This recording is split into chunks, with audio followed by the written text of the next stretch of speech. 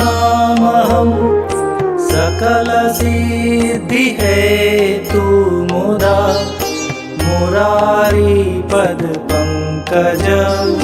स्फुरदमन्दरेणोत्कटां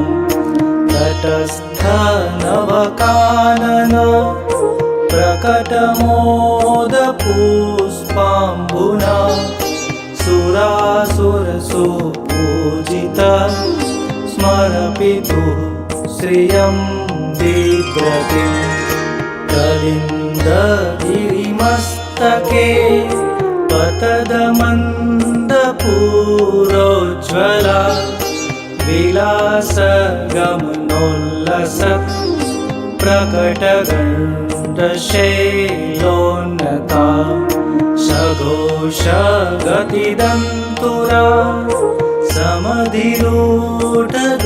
समधिरूढदोलोत्तमा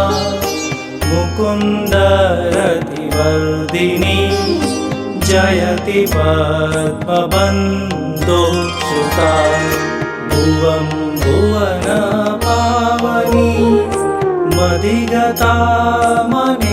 मदिगतामनेकस्वने प्रियाभिरिव सेविता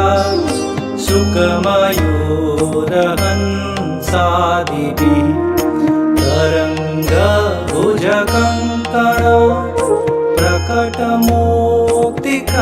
प्रकटमूर्तिकावालुका नितम्बतटसुन्दरी नमत कृष्णतुर्यप्रियाम् अनन्तगुणभूषिते शिवविरञ्चिते वस्तुते घनाघननीले सदा ध्रुवपराशराभीष्टदे विशुद्धमथुरातटे सकलगोपगोपीवृते कृपाजलधि संश्रिते मम मनः सुखं भावय यया चरणपद्मजा मुररिपो प्रियं भावुका समागमनतो भवत् सकलसिद्धिदा सेवताम् तया सदृश्यतामियात् कमलजा सपत्नी वयत् हरिप्रियकलिन्दया मनसि मे सदा स्थीयताम् नमोऽस्तु यमुने सदा तव चरित्रमात्यद्भुतम् न जातु यमुयातना भवति ते पयः पानतः यमोऽपि भगिनीसुतां कथमुहन्ति दुष्टानपि प्रियो भवति सेवना तव हरेर्यथा गोपिका ममास्तु तव सन्निधौ तनुनवत्वमेतावता न दुर्लभतमारति मुररिपो मुकुन्द प्रिये अतोऽस्तु तव लालना सुरधुनी परं सङ्गमा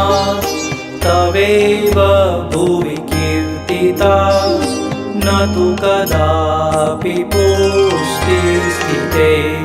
स्तुतिं तव करोति कः कमलजा